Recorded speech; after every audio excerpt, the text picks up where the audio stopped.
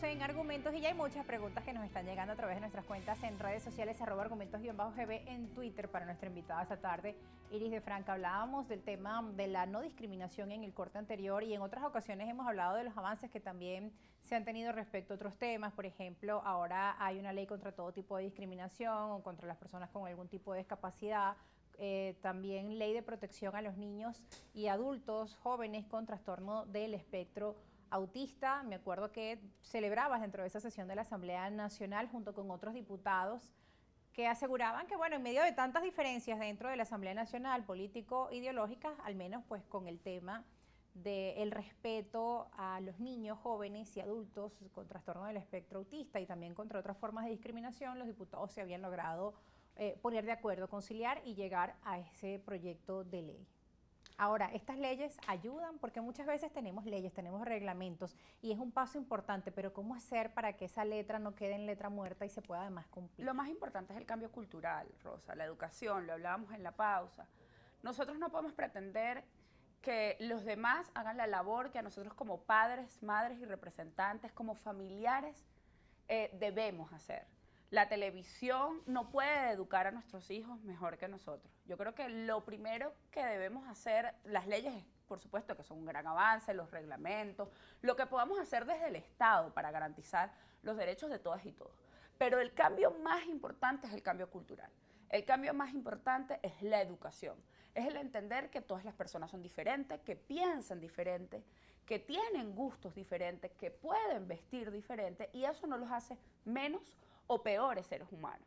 Yo creo que tenemos que enseñar a nuestros hijos y a las próximas generaciones a valorar la humanidad por encima de cualquier cosa y eso es lo que nos va a permitir que estos proyectos legislativos o que cualquier otro proyectos legislativos tengan, digamos, el peso que deben tener en las generaciones futuras. Yo sé que es muy difícil, a veces decimos, bueno, loro viejo no aprende a hablar, quizás es muy difícil cambiar la mentalidad de quienes ya hemos vivido un poco o de quienes ya han vivido mucho, pero estoy segura que podemos hacer el cambio en lo que son los jóvenes y los niños. Y nadie está pidiendo que todos los jóvenes sean LGTBI, ni que todas las mujeres quieran ser políticas y quieran ser feministas. Lo que estamos pidiendo es que exista un respeto por la diversidad, que todos los jóvenes, que todas las niñas, que todos los adolescentes puedan tener un respeto por su otro compañero o compañera, sea esta persona que es lo que sea, no solo con el tema LGTBI, también con el tema de la discapacidad, con el tema inclusive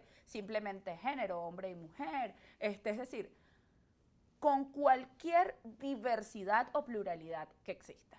Bien, hay preguntas de la audiencia en este sentido. Esta la realiza el señor Ramón Ramos, el líder, que es un seguidor habitual. Nos escribe desde el estado Apure lo siguiente. Esta dice, con mucho respeto lo pregunto y sin querer crear discriminación.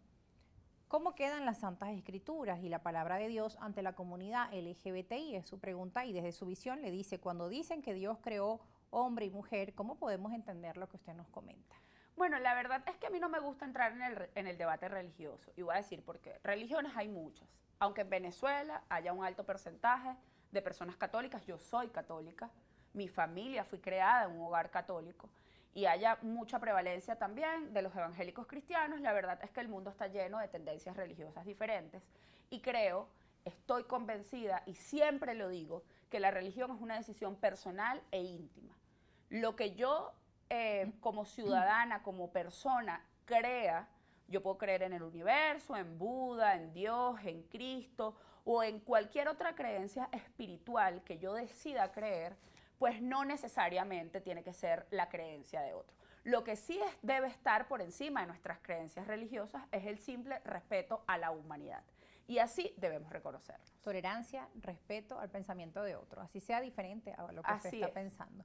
Aquí tenemos otra pregunta, la hace David Inocente Osorio, hace un comentario y también hace preguntas. Primero nos comenta, la invitada no sabe nada de historia. En la Cuarta República se creó la figura del desaparecido, asesinatos de líderes sociales, falsos positivos, asesinatos de estudiantes, de los cuales si existen registros y pruebas documentadas, no especulaciones solamente. Nos hace un comentario, escribe en otro, sobre la lucha de los años 80 y 90, se asesinaba impunemente a estudiantes y líderes sociales.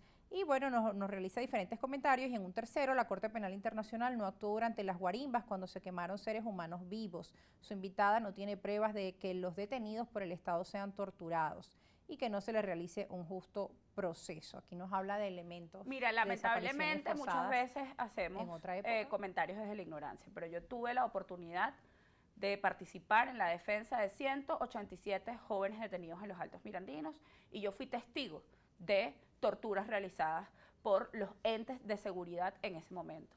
Yo tuve el caso de una chica que fue violada cruelmente por personas que trabajaban en la Guardia Nacional en ese momento. Entonces, sí tengo pruebas y sí estuve de frente en algunos casos. Quizás no de todos, pero los tuve. Y además, en mi intervención dije que la violación de derechos humanos no era un asunto solo de la quinta.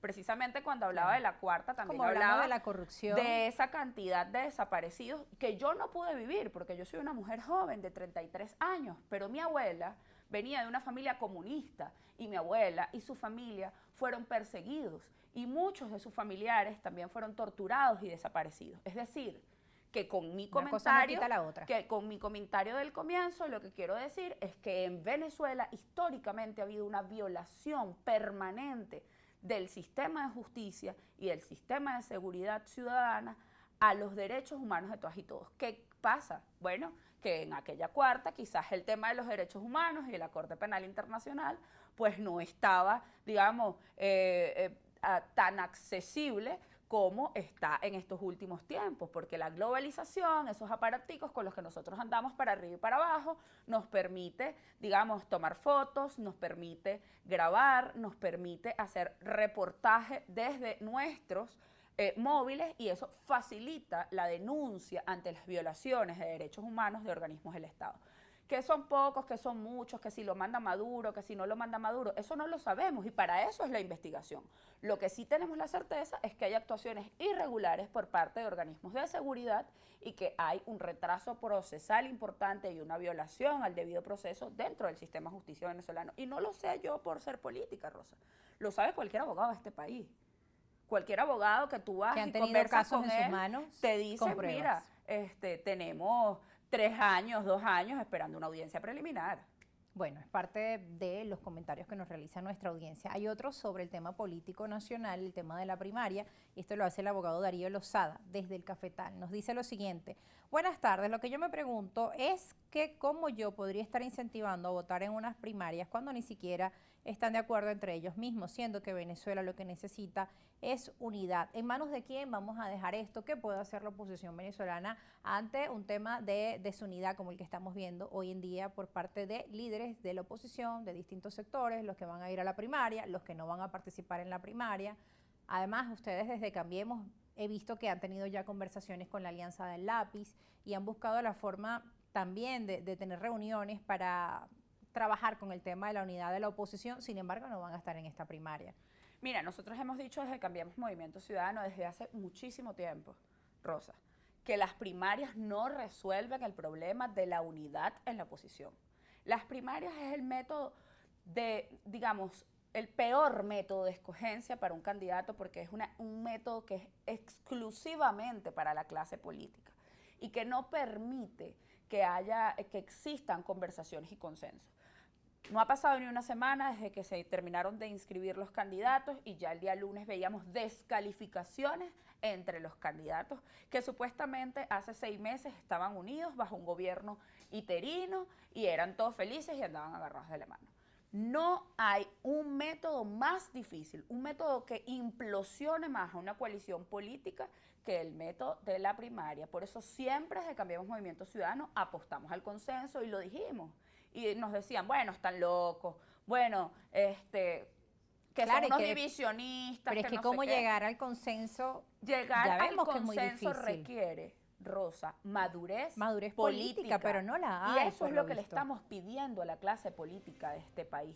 Desprendimiento, madurez para ponerse de acuerdo en pro de una solución del país. Nosotros tenemos una crisis de liderazgo impresionante en Venezuela, que además no solo está ocurriendo en Venezuela, estamos viendo como en otros países de la región también está ocurriendo. ¿Cómo resolver esa crisis de liderazgo? Desde los egos es imposible. Desde la inflexión es imposible. colocando como base fundamental el ganar un proceso en donde lo que va a ganar es la maquinaria de un partido y no el sentir del pueblo. Sobre eso vamos a hablar al regreso de la pausa, Iris, porque ya está la musiquita y tenemos que cumplir con un compromiso, pero quiero que al regreso nos hables de ese tema del liderazgo político y cómo también fomentar el liderazgo dentro de las comunidades, cuál es el papel o el rol del ciudadano en este escenario que pues vemos de desunión, de críticas, no quieren firmar un pacto de respeto y no agresión los candidatos que van a la primaria, o pues lamentablemente pues vemos los descalificativos de lado y lado. Vamos a una pausa, ya regresamos con más argumentos.